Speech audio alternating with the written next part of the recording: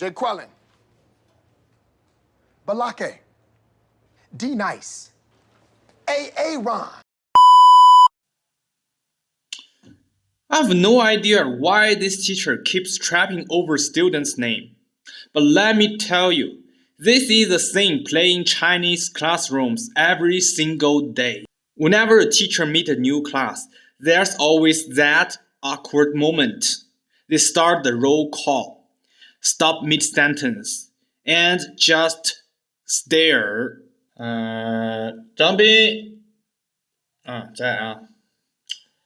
陈旭，郭振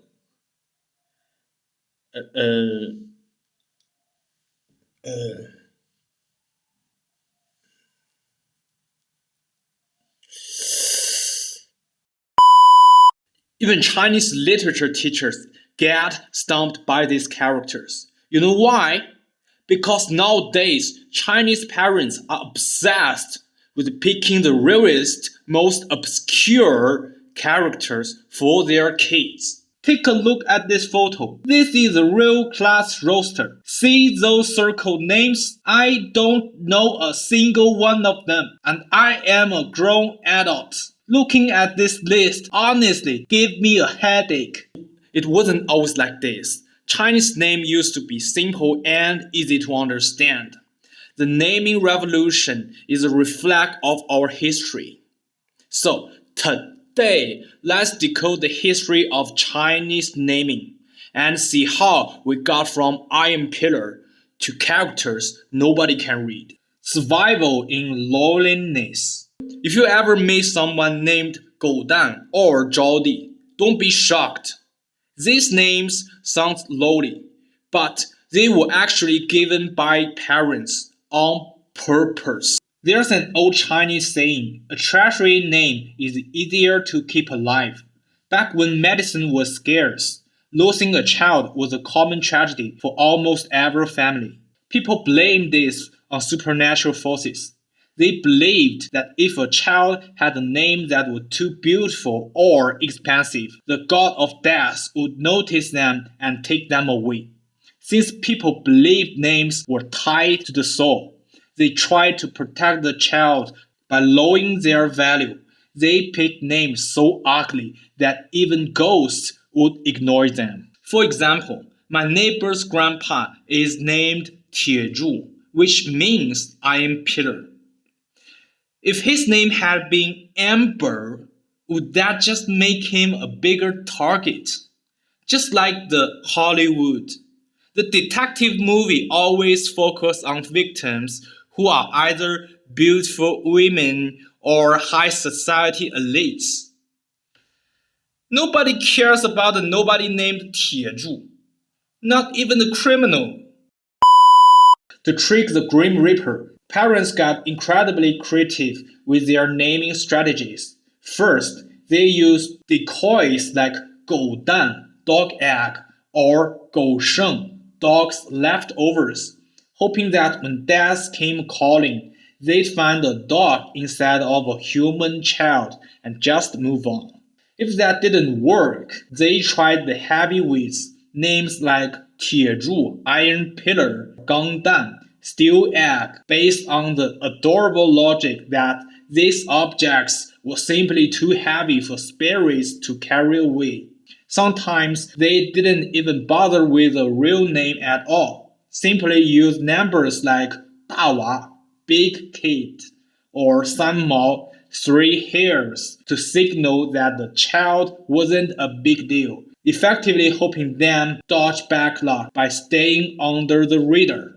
However, some names were more like tools for the family, because boys were seen as better for labor and survival.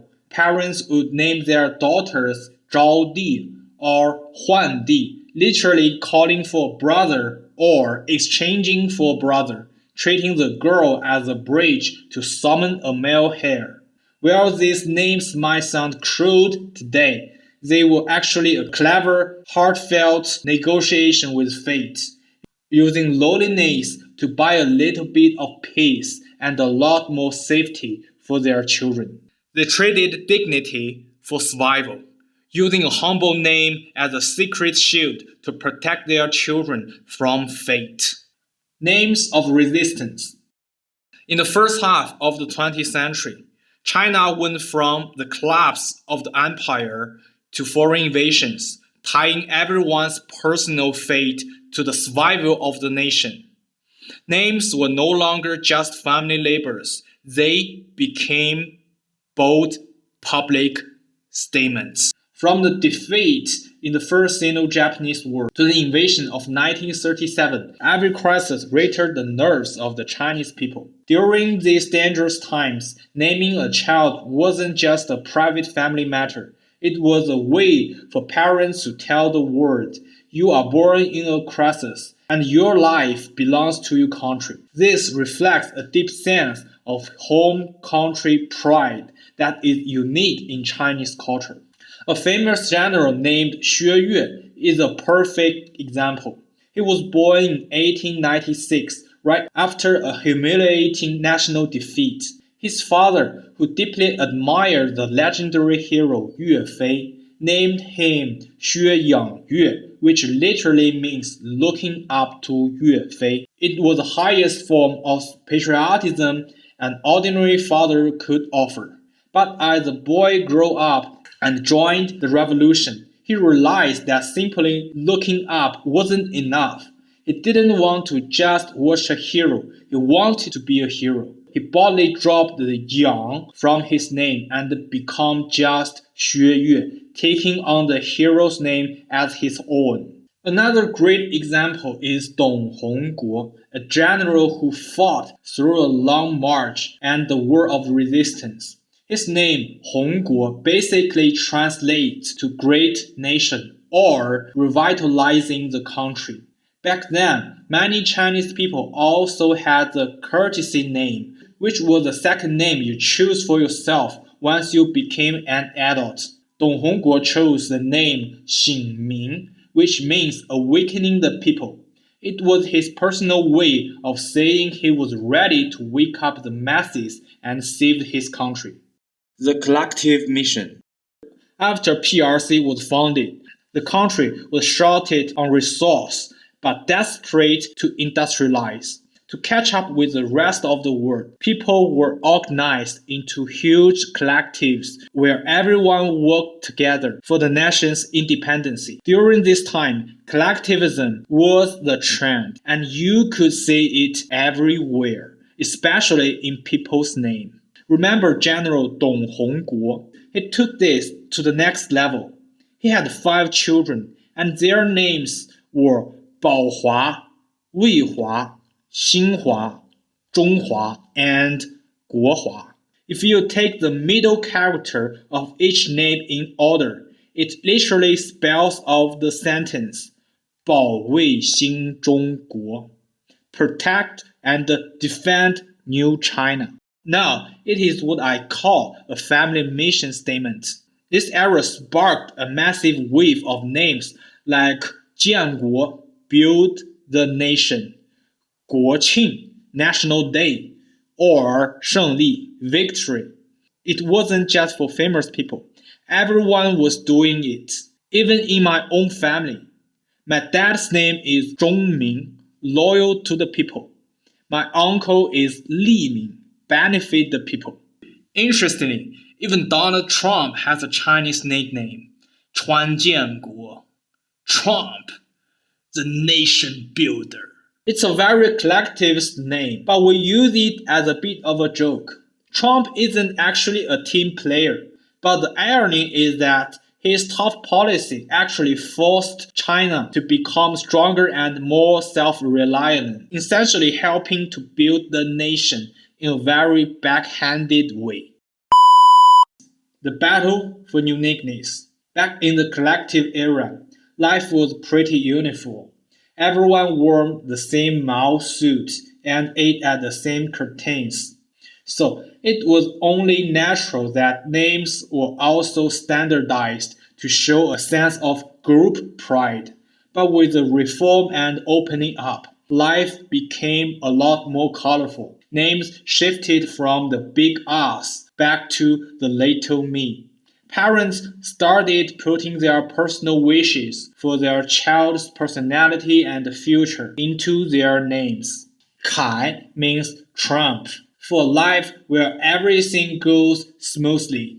Ming means quick, for sharp mind and an agile body. Yang means ocean, hoping for a life as vast as the sea.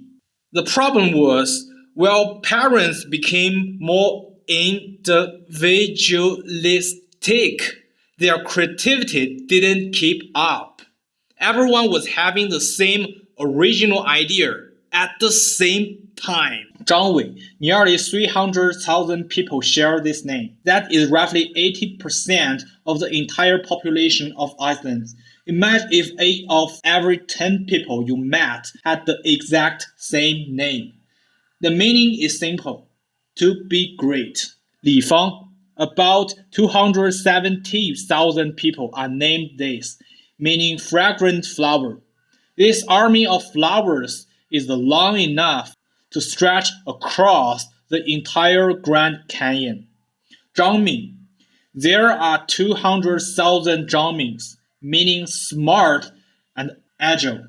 If you stacked them all vertically, they would literally touch the outer layers of the atmosphere. Li Yan, another 240,000 people you named Li Yan, meaning beautiful.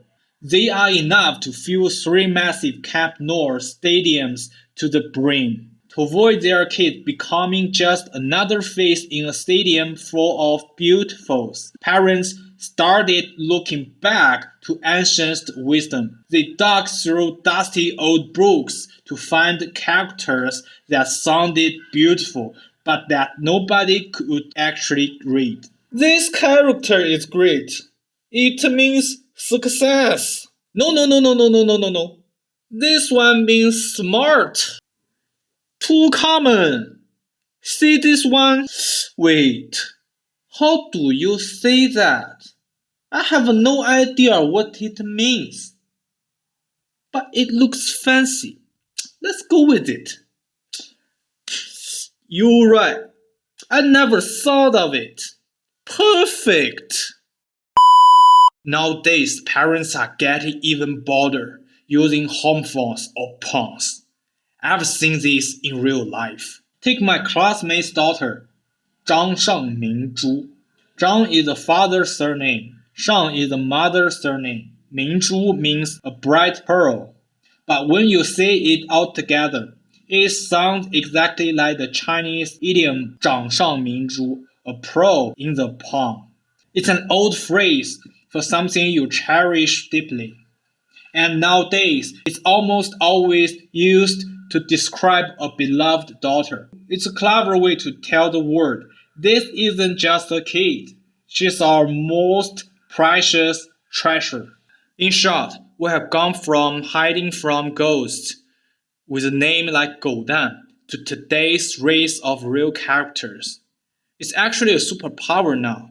You can guess a person's name just by hearing his name. A name is a timestamp of how fast China has changed. The history of Chinese naming is a game of hide and seek. We used to name kids to help them blend in. Now we do it to help them stand out.